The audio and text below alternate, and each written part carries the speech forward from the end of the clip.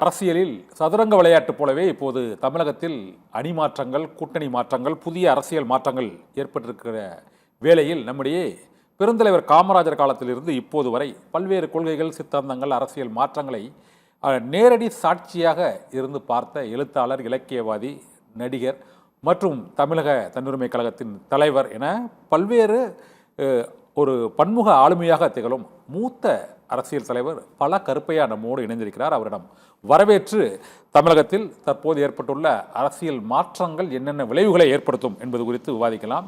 காங்கிரசும் தமிழக வெற்றி கழகமும் இப்போது ஒரு தேர்தல் முடிவடைந்த இந்த ஒரு நாளில் அணி மாற்றம் நிகழ்ந்திருக்கிறது. இதுபோல எப்போதும் நிகழ்ந்திருக்கிறதா? இந்த மாற்றம் சரியானதாக நீங்க நினைக்கிறீங்களா? அதாவது தமிழ்நாடு வெற்றி கழகத்திற்கு ஒரு போதாமை இருக்கிறது, போதிய எண்ணிக்கை இல்லை. ஆகவே பிறருடைய தயவிலே தான் அது ஆட்சி அமைக்கக்கூடிய நிலையில் இருக்கிறது. ஆகவே காங்கிரஸ் அந்த இடத்தை நிரப்புவதற்காக வந்திருக்கிறது.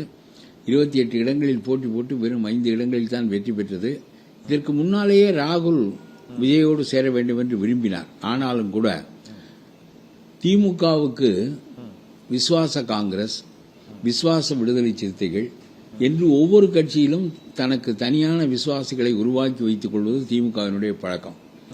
ஆகவே காங்கிரஸ் ஒருவேளை திமுகவை விட்டு பிரிய நினைத்தால், விஜயிடம் போக நினைத்தால், அங்கே நரசிம்மராவ் காலத்தில் ஏற்பட்டதைப் போல மூப்பனார் காங்கிரஸ் ஒன்று உருவாக்கப்பட்டது போல அதை உருவாக்குவதற்கு ப. சிதம்பரம், செல்வ பெருந்தகை போன்றவர்கள் தயாராக இருந்தார்கள். ஆகவே காங்கிரஸ் உடைந்துவிடும், ஒன்றுமில்லாமல் போய்விடும் என்று அஞ்சி ராகுல் காந்தி பின்வாங்கிவிட்டார். ஆகவே தான் நினைத்ததை செய்ய முடியாத நிலைமை அங்கே காங்கிரஸில் இருந்தது. ஆக திமுக விசுவாச காங்கிரஸ் இன்றைக்கு அது வெறும் 5 இடங்களாக சுருங்கி இப்பொழுது ராகுலுடைய பிடிக்குள் வந்து மீண்டும் விஜயோடு சேர்ந்து கூட்டணி ஆட்சி அமைப்பதில் இவர்கள் ஆட்சியில் பங்கு வேண்டும் என்று கேட்டார்கள். அவரும் வேறு வழியின்றி, அவரும் தனிப்பெரும்பான்மையை பெற்றாலே பங்கு கொடுக்கிறேன் என்று அழைத்த போது இவர் தனிப்பெரும்பான்மையை பெறுவார் என்று நம்பாத காரணத்தினால் ஒரு கட்சியும் அவரிடம் போகவில்லை. இப்பொழுது அவர் ஆட்சி அமைக்கக்கூடிய கட்டத்திற்கு வந்துவிட்டார். ஆகவே அவர் மந்திரி பதவி வழங்குவார் என்று கருதி பல கட்சிகள் உள்ளே வருவதற்கு வாய்ப்பு இருக்கிறது. ஆனால் சின்ன சின்ன கட்சிகள் உள்ளே போய் 5 இடம், 2 இடம், 1 இடம் வைத்திருக்கிற கட்சிகள் எல்லாம் உள்ளே போய் ஒரு வழியாக அவர்களும் தங்களுக்குரிய மந்திரி பதவிகளை பெற்றுக்கொண்டு ஆட்சி அமைக்கின்ற போது அது நித்தியகண்டம் பூரண ஆயுசாகத்தான் இருக்கும். ஏனென்றால் ஒவ்வொருவரும் மிரட்டுவார்கள். ஒரு கணிசமான அளவுக்கு உறுப்பினர் இருந்தால் அதனுடைய நிலை வேறு. ஆனால் ஒரு 10 இடம் போதாது, 11 இடம் மொத்தம் கிடைக்கும் என்ற நிலை இருந்தால் ஒரு வாக்கு ஒரு நாளைக்கு வரவில்லை என்றாலும் ஒரு அரசியல் தீர்மானம் தோற்கடிக்கப்பட்டுவிடும். எதிர்க்கட்சிகள் வல்லமையோடு இருப்பார்கள், திமுகவும் சரி அதிமுகவும் சரி. அப்படி ஒரு தீர்மானம் தோற்கடிக்கப்படுகிற நிலைமை ஏற்படுமானால் அரசு கலைந்துவிடும், அரசு ஆட்சியினர் தன்னுடைய ஆட்சியை இழந்து விடுவார்கள். ஆகவே இத்தகைய நெருக்கடிகளுக்கிடையே அவர் ஆள வேண்டும். இவருக்கு ஆட்சி பயிற்சி இல்லை என்றாலும் கூட மக்கள் பெரிய அளவுக்கு நம்பி இவரிடம் இந்த ஆட்சியை ஒப்படைத்திருப்பதற்கு மிகப்பெரிய காரணம் திமுகவின் மீது உள்ள அளப்பரிய சினம். அப்படித்தான் எனக்கு தோன்றுகிறது. திமுகவை பழகர் இந்த வெற்றி என்பது இப்போது இது ஒரு 4 அணியாக இந்த தேர்தலுக்கு முன் இந்த 4 அணிகளாக போட்டியிட்டது.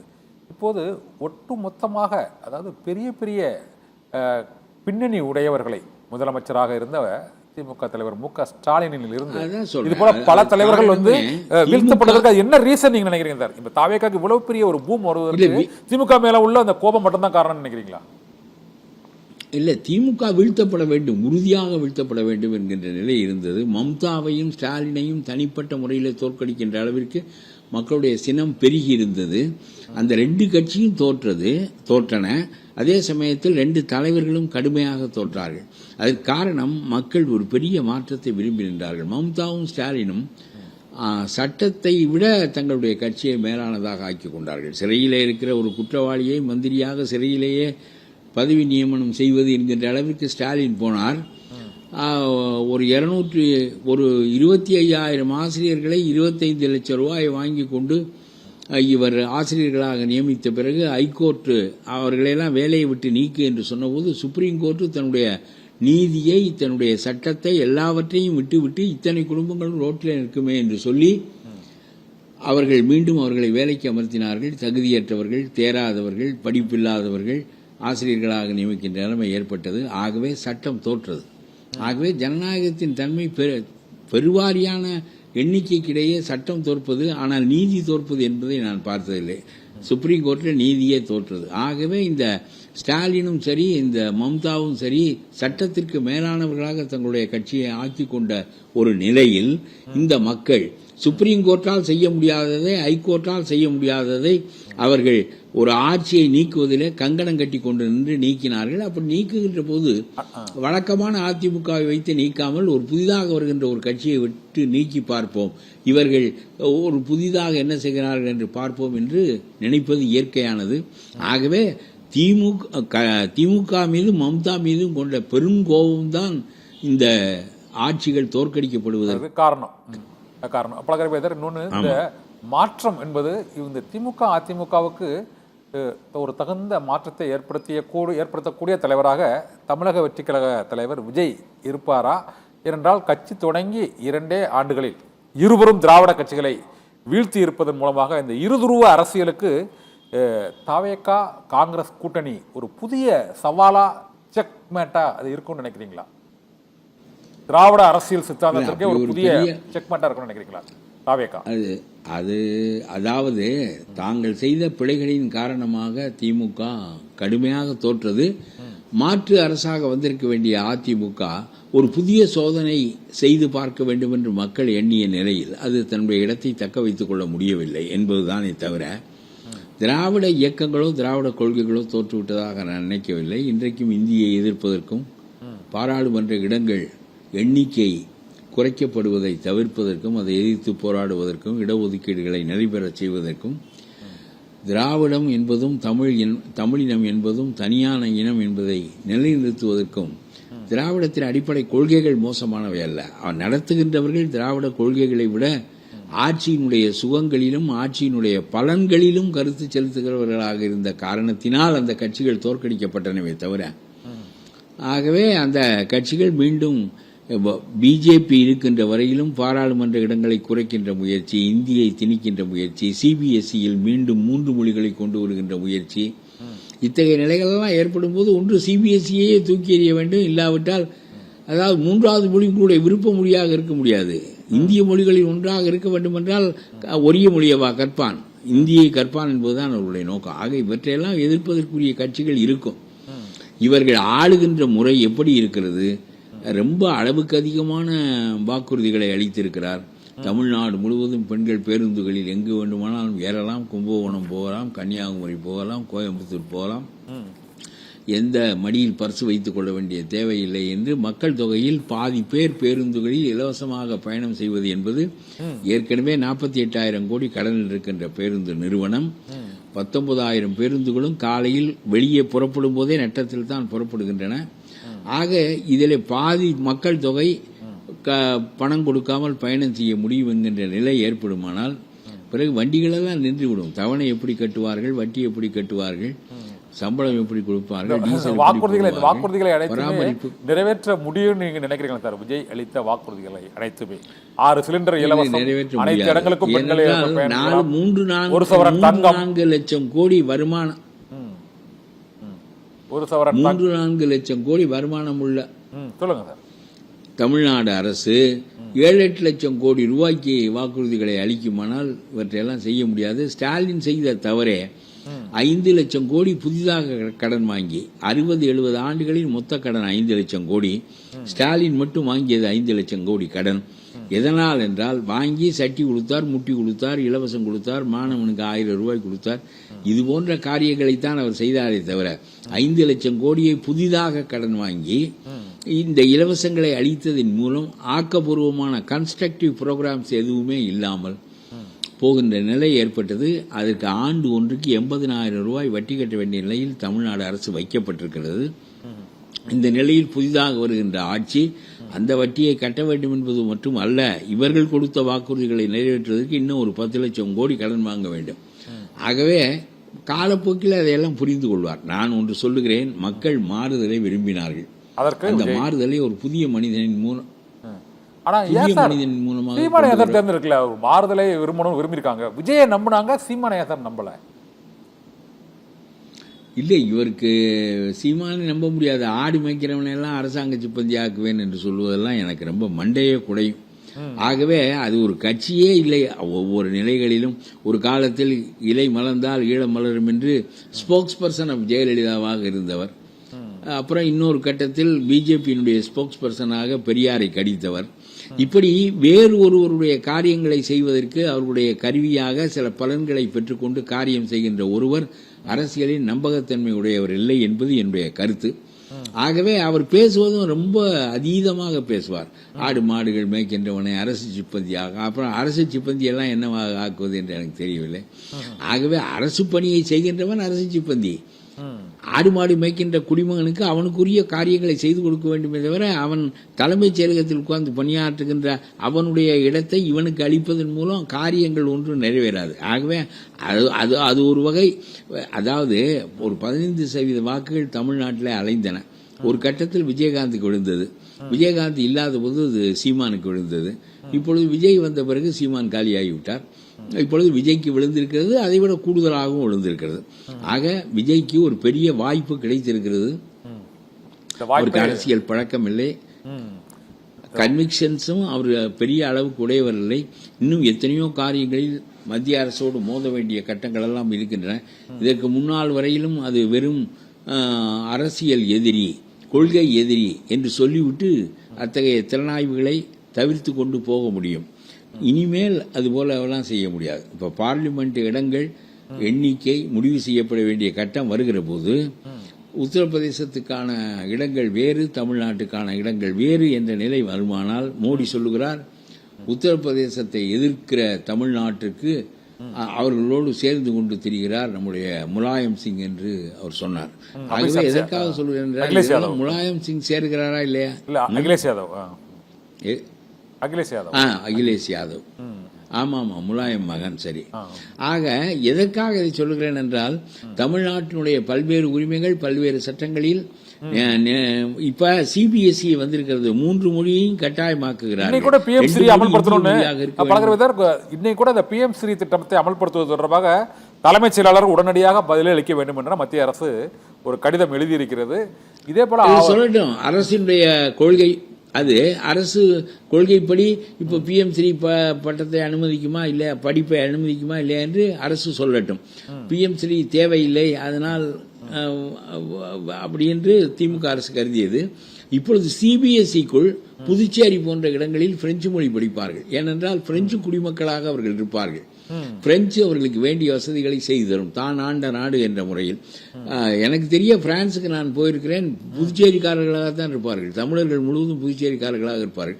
பிரெஞ்சு மொழியை படிப்பதும் அங்கே போய் அந்த ஓய்வூதியம் வரையிலும் பெறுகின்ற அளவுக்கு இருந்த சலுகைகள் எல்லாம் இனி புதுச்சேரியிலே போய்விடும். ஏனென்றால் 3வது மொழியும் இந்திய மொழியாக இருக்க வேண்டும் என்று கட்டாயப்படுத்துகிறது மோடி அரசு.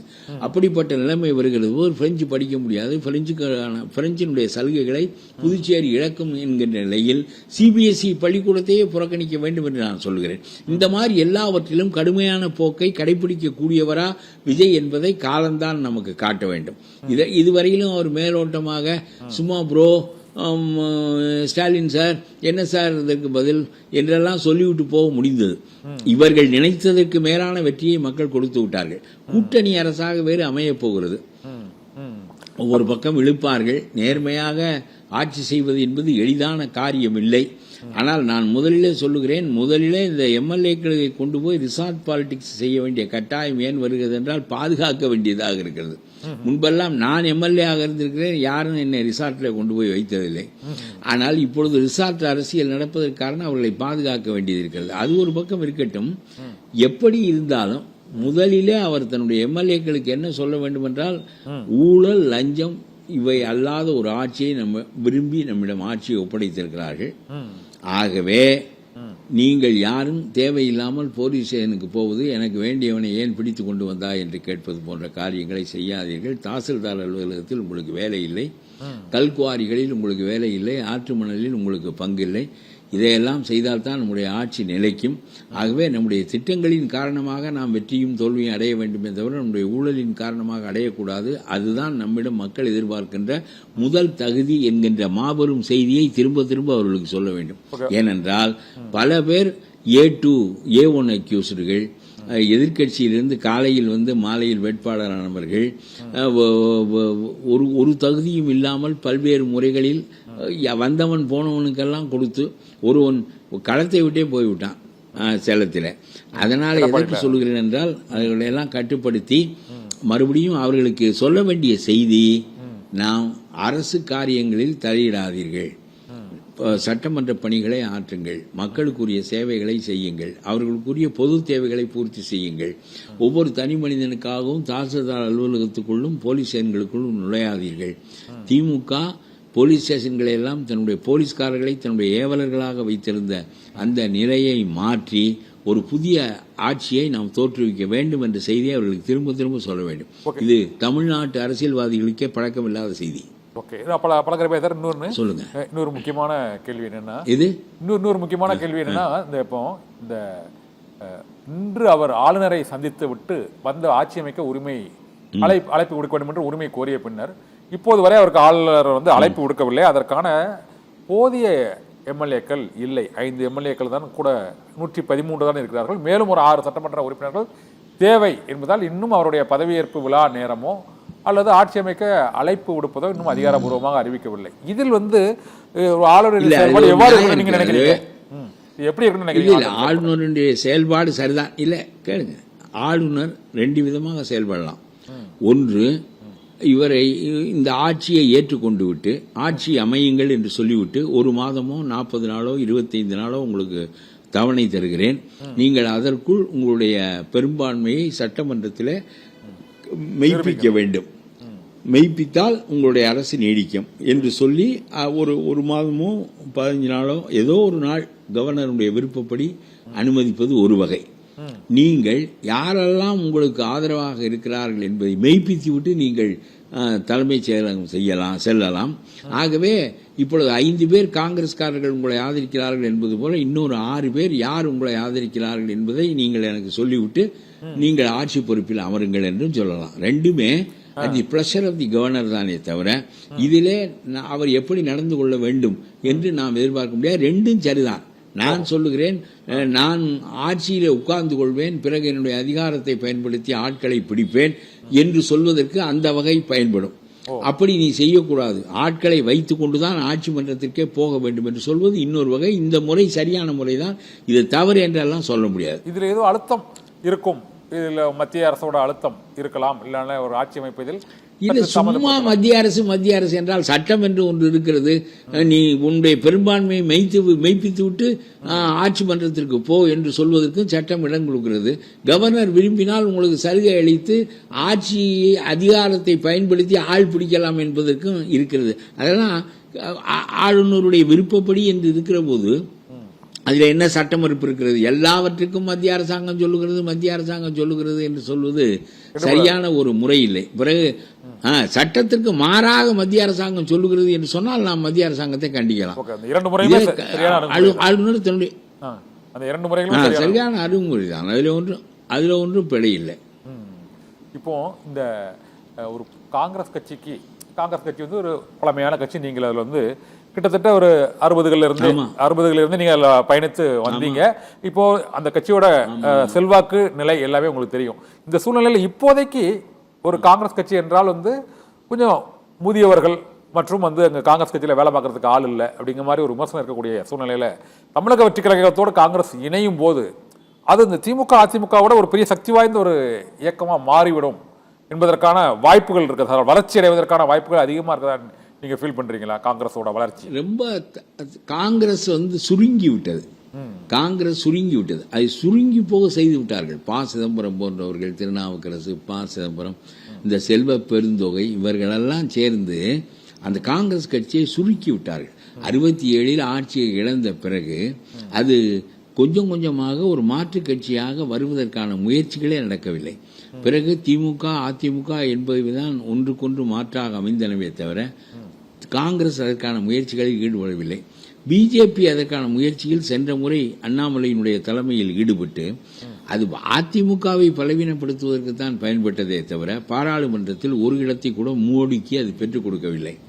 அதாவது அண்ணாமலை செய்த தவறு என்ன என்றால், ஆளுங்கட்சியான திமுகவை வீழ்த்தி அதுக்கு கொஞ்சம் காலமானாலும் அதிமுகவோடு இணைந்து திமுகவை வீழ்த்தி பிறகு திமுகவினுடைய இடத்திற்கு அதிமுகவும் அதிமுகவின் இடத்திற்கு தானும் போய் படிப்படியாக வளர வேண்டும் என்று நினைக்காமல் எதிர்கட்சியாக இருக்கிற அதிமுகவை வீழ்த்திவிட்டு நேரடியாக மாற்றுக் கட்சி ஆவோம் என்று நினைத்ததனுடைய விளைவு மோடிக்கு ஒரு பாராளுமன்ற இடங்கள் கூட சென்ற முறை கிடைக்கவில்லை. 40க்கு 40 இடங்களிலும் திமுக வெற்றி பெற்றதற்கு அண்ணாமலை எடுத்த ஸ்ட்ராட்டஜி, அந்த உத்தி தவறான உத்தி தான் காரணம். அது அதிமுகவை பலவீனப்படுத்த பயன்படுத்ததே தவிர அவர்கள் பயன்படவில்லை. இப்போ கடைசியில் தேசிய கட்சிகள் இரண்டுமே சுருங்கிவிட்டன என்று சொல்லுகிறேன். காங்கிரஸ் வெறும் 5ஆக சுருங்கிவிட்டது. அதே சமயத்தில் பிஜேபி வெறும் 1ஆக சுருங்கிவிட்டது. ஒரு காலகட்டத்தில் கன்னியாகுமரியில் நாகர்கோயிலில் எந்த கட்சியின் தயவும் இல்லாமல் ஒரு 20-30 ஆண்டுகளுக்கு முன்பே ஒரு எம்பி வர அவர்களால் முடிந்தது, 2 எம்எல்ஏக்கள் வர அவர்களால் முடிந்தது. இப்பொழுது அங்கெல்லாம் ஒன்றும் இல்லாமல் போய் ஊட்டியில் யாரோ முகம் தெரியாத ஒருவர் வெற்றி பெறுகின்ற நிலைமை வந்து விட்டது. தமிழிசை 3வது இடத்திற்கு போய்விட்டார். அப்புறம் அந்த இவர் மத்திய மந்திரி முருகன் தோற்று விட்டார், நாகேந்திரன் தோற்று விட்டார். மீண்டும் பிஜேபி துடை தெரியப்படுகின்ற நிலைமைக்கு வந்து விட்டது. காங்கிரசும் ரொம்ப சுருங்கி தன்னுடைய வலுவை இழந்து விட்டது. 2 தேசிய கட்சிகளும் தங்களுடைய பிடிப்பை இங்கு இழந்து விட்டன. இப்போ அதான் நான் என்ன கேட்கிறேன், இந்த தமிழக வெற்றி கழகத்தோடு ஏற்பட்டுள்ள இந்த கூட்டணி மூலம் ஒரு புத்துயிர் ஊட்டப்படுமா காங்கிரஸ் கட்சிக்கு? 1960களில் இருந்தது போல காங்கிரஸ் கட்சிக்கு மீண்டும் ஒரு புத்துணர்ச்சி இல்ல அதிகாரத்துக்கு வராங்க. அமைச்சர் பதவி வேற கிடைக்க போகுது. இப்போ அவங்க தாவேகாவுக்கு ஆதரவு தெரிவிச்சிருக்கனால ஒரு அமைச்சர் பதவியினால் ஒன்றுமில்லை. உங்களுக்கு ஒன்று சொல்லுவேன், காங்கிரஸ் எப்பொழுதும் 10 எம்பிக்களை பெறும், 20 எம்எல்ஏக்களை பெறும். ஆனால் அந்த கட்சி வளர்வதற்கு அது பயன்படவில்லை. களத்தில் இல்லை. மாவட்ட கமிட்டிகளுக்கு கீழான கமிட்டிகளே காங்கிரஸில் இல்லை. ஆக பிஜேபிக்காக RSS அமைப்பு அடித்தளத்தில் உண்டு, இவர்களுக்கு அதுவும் இல்லை. எப்பொழுது பார்த்தாலும் 10 பேர் எம்பி ஆனால் போதும், ப. சிதம்பரம் எம்பி ஆனால் போதும், மகன் எம்பி ஆனால் போதும் என்கின்ற போக்கு காங்கிரஸில் இருந்த காரணத்தினாலே இந்த தலைவர்கள் மட்டத்திற்கு கீழே இந்த கட்சி வளரவே இல்லை. இல்லை, இப்போது வளர்வதற்கு புதிய ஒரு அணி, புதிய மாற்று, ஆளுங்கட்சி, புதிய கூட்டணி இல்லை. இப்ப நான் ஒன்று சொல்லுகின்றேன், போன தடவை இந்த தேர்தலுக்கு முன்னால் காங்கிரஸ் விஜயோடு சேர்ந்திருந்தால் எதிர் அரசியலில் மறுபடியும் ஊட்டம் பெற்று காங்கிரஸை வளர்க்க முடியும் என்றுதான் கருதினார்கள். இப்போ ஆளுங்கட்சியில ஒரு மந்திரி பதவி வாங்கிக் கொள்ளப் போகிறார்கள், 5 எம்எல்ஏக்கள் தான் இருக்கிறார்கள். அவர்கள் நாட்டு அரசியலில் நேரடியாக களத்தில் இறங்கி போராடி அந்த இடத்தை பிடிக்க முடியுமே தவிர சும்மா 10 பேர் எம்எல்ஏ ஆவதன் மூலம் 2 பேர் மந்திரி ஆவதன் மூலம் அந்த கட்சி வளரவே வளராது என்பதற்கு 60 ஆண்டுகளாக அவர்கள் எம்பிக்களாக எம்எல்ஏக்களாக எல்லாம் தொடர்ந்து இருந்திருக்கிறார்கள். ஆனால் அந்த கட்சி வளரவே இல்லை. அதற்கு காரணம் மக்கள் பிரச்சனைகளை எடுத்துக்கொண்டு களத்தில் போராடுகின்ற போக்கை காங்கிரஸ் இழந்து விட்டது. அந்த போக்கு பிஜேபிக்கு இருக்கிறது என்று சொன்னாலும் அதனுடைய இந்துத்துவா கொள்கை, இந்தியின் மீது உள்ள அதீத பற்று இவையெல்லாம் அவை நுழைவதற்கு மிகப்பெரிய அளவுக்கு தடையாக இருக்கின்றன. தமிழ் மண் கொஞ்சம் வேறான மண் தான்.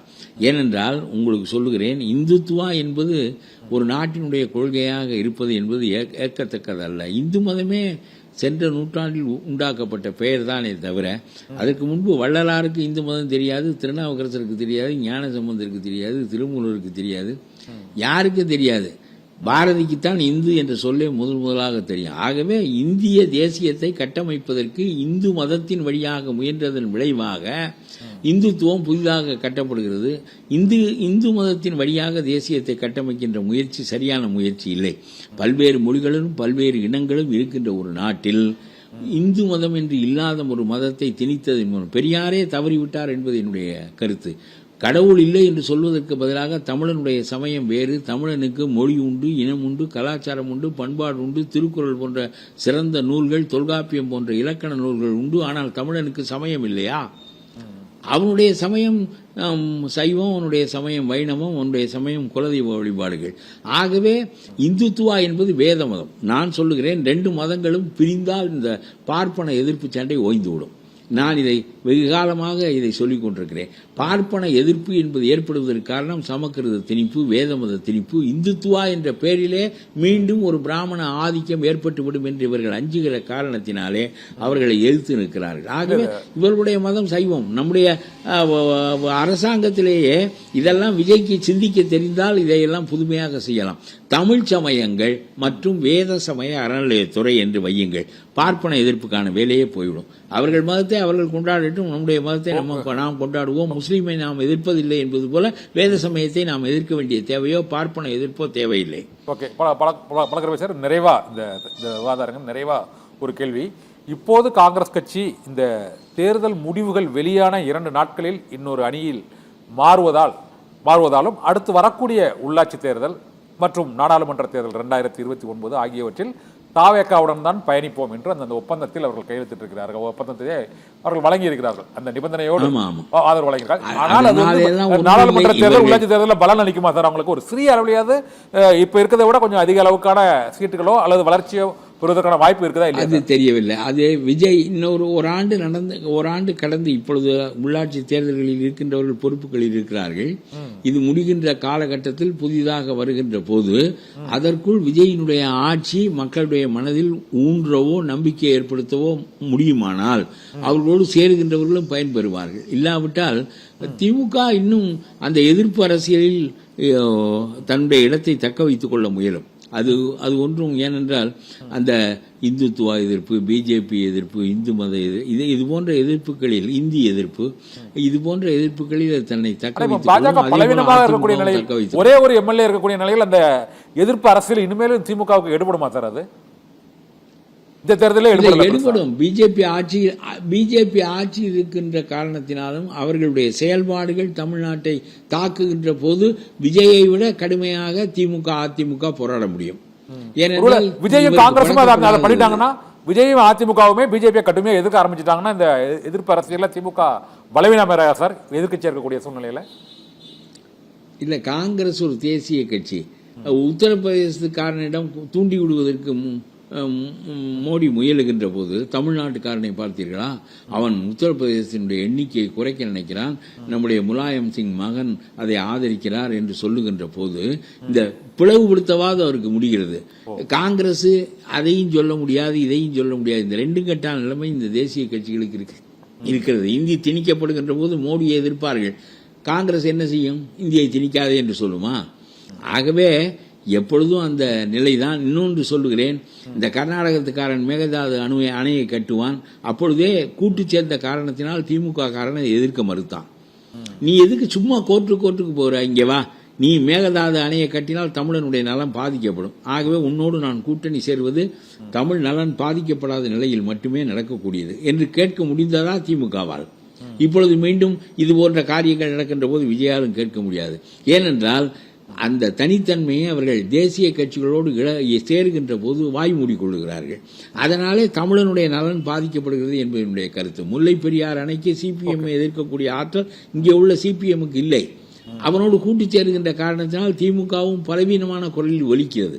இந்த மாதிரியான காரியங்களில் ஒரு தமிழ்நாட்டு கட்சி முழுக்க தமிழனின் நலத்தை மட்டுமே அடிப்படையாக கொண்டு போராடவோ கூட்டு சேரவோ முடியுமானால் மேகதாது அணைகள் உருவாகாது. ஓகே சார், நன்றி சார். இந்த அரசியல் சதுரங்கம் நிகழ்ச்சியில் எங்களோடு பங்கேற்று பல்வேறு கருத்துக்களை, புதிய அரசியல் மாற்றங்கள், காங்கிரஸ் கட்சியினுடைய தற்போதைய நிலை, அது எத்தகைய விளைவுகளை ஏற்படுத்தும் என்பது உள்ளிட்ட பல்வேறு கருத்துக்களை எங்களோடு பகிர்ந்து கொண்ட திரு பழக்கரப்பி அவர்களுக்கு மிக்க நன்றி. அரசியல் சதுரங்கம் நிகழ்ச்சியில் மற்றொரு ஆளுமையோடு சந்திக்கலாம். நன்றி.